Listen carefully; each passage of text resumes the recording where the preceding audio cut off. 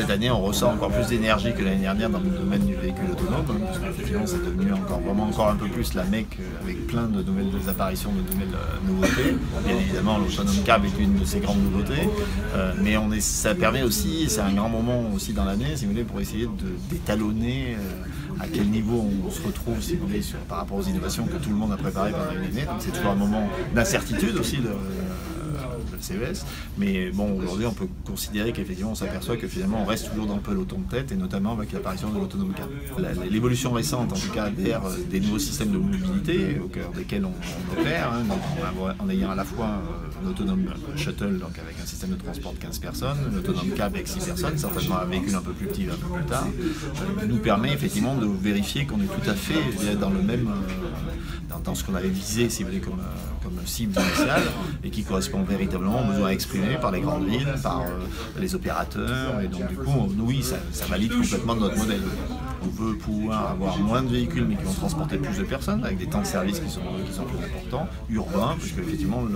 nous, on n'a pas vocation, si vous voulez, à faire un véhicule qui va aller sur l'autoroute. On ne se sent pas légitime, en tout cas, à aller sur ce marché-là. Par contre, sur le marché de transporter de plus en plus de personnes, de fournir de plus en plus de services aux citoyens, oui, là, on se retrouve complètement légitime. Le plus fier, c'est d'avoir réussi à se hisser au niveau technologique, effectivement, au niveau des plus grands groupes, avec des moyens financiers quand même, certes importants, mais limités par rapport à notre concurrence américaine.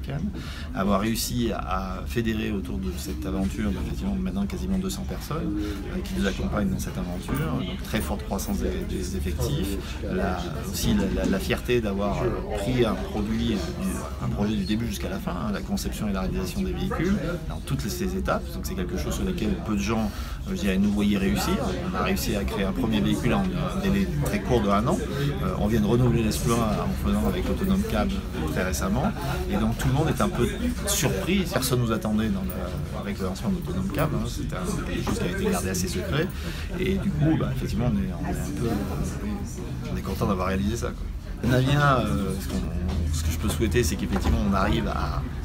mettre en place les expérimentations qu'on a annoncées. Donc nous, si bien on n'est pas des fous de la technologie pour la technologie, on est des fous de la technologie pour qu'elle rende des services aux citoyens. Donc si jamais on arrive à faire nos expérimentations réelles de transport dans ce nouveau véhicule dans l'espace de cette année, c'est dans 3 grandes villes dans le monde, déjà on trouvera ça super. Et encore plus de succès, à la fois commerciaux, et puis à la fois effectivement de démonstration aussi un peu que effectivement, ce domaine d'excellence qu'on connaît maintenant sur l'industrie française qu'est le véhicule autonome, on arrive à encore l'étendre encore plus, que ce soit pour nous, que ce soit pour nos concurrents, nos collègues, c'est quelque chose qui est aussi palpitant d'avoir l'impression de faire partie d'une nouvelle aventure.